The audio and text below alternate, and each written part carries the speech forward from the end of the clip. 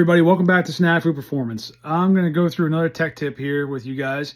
It's a term called valve spring installed height. A few people have heard of it. Not many people know exactly what it is. So I'm going to show you at home how to check your valve spring installed height the right way. All right, so here's a few of the things that you're going to need in order to check your valve spring installed height correctly. You're going to need a valve spring installed height micrometer or valve spring installed height checker. That's what this is right here. There's multiple different styles available. This is for I use it for the big block. I use this style for the LS engines. You're going to need a retainer, the retainer that's going to be used on the engine, because these do have different heights and different levels to them, different thicknesses. So you want to use the one that you think you're going to use for the engine. And then you need your valve locks. Your valve locks are going to be very critical to use the ones that you're planning on using for the engine. Some of these come in a plus 50, a minus 50, a standard. There's tons of different variations out there. The other thing to keep in mind is like these are 10 degree. I use 10 degree locks on all my performance stuff. I use 7 degrees on the stock stuff. Most stock stuff is 7 degree. You're also going to run into this on aluminum heads, especially where you're going to have a valve spring locator, which is just a tool steel or chromoly steel shim that's got this raised portion in the center to keep that valve spring from dancing all over the place.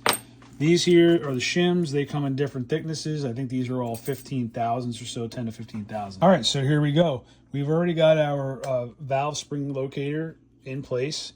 We're going to grab our valve spring micrometer. We're going to slide it over the valve stem and get it down to the smallest dimension we can so we can get everything on there. We're going to grab our retainer, slide the retainer up and over the valve stem. We're going to take one of our locks, just put the one lock up on top like this, keep everything out in place so it's accessible.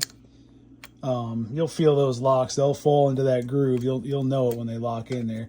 Pull everything back nice and tight, and then at that point we're just I got one hand to work with here, but then we're going to go ahead and you're going to extend this. Usually you're working with two hands, it's a little easier. You're going to go ahead and extend the micrometer, get it around so you can read where everything's at. And there we go.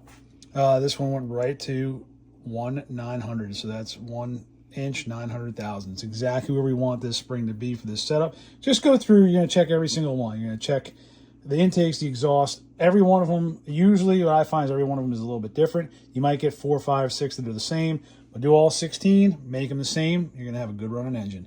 That's a wrap.